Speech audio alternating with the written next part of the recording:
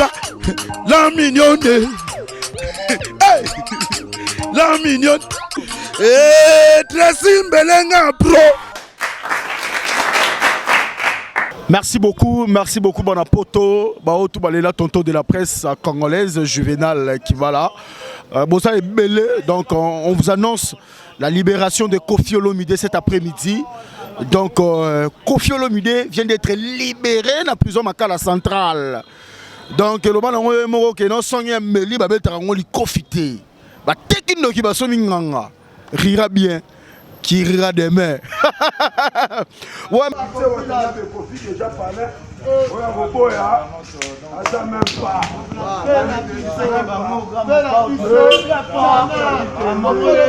C'est que de fumeur ici.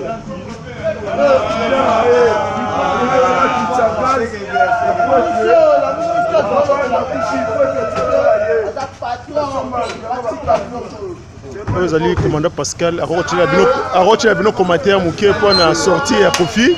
Vous allez prendre voisin direct.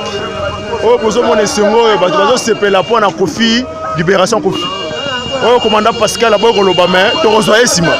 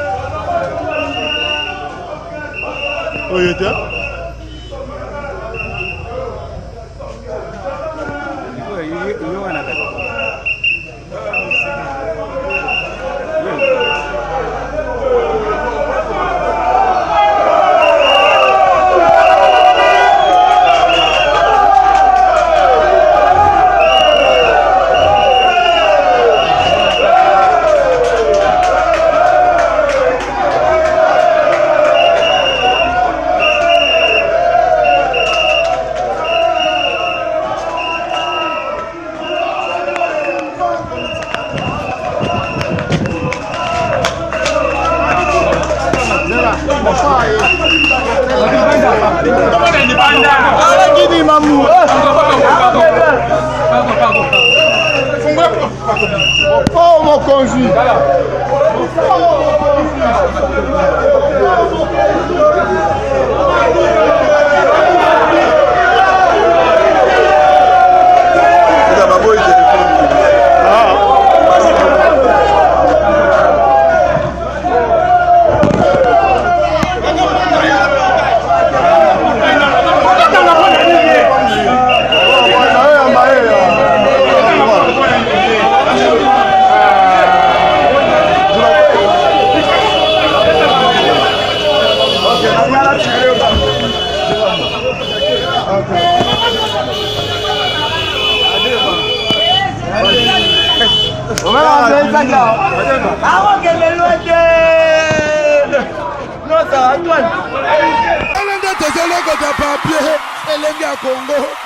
Glodidia Siga, la mignonne.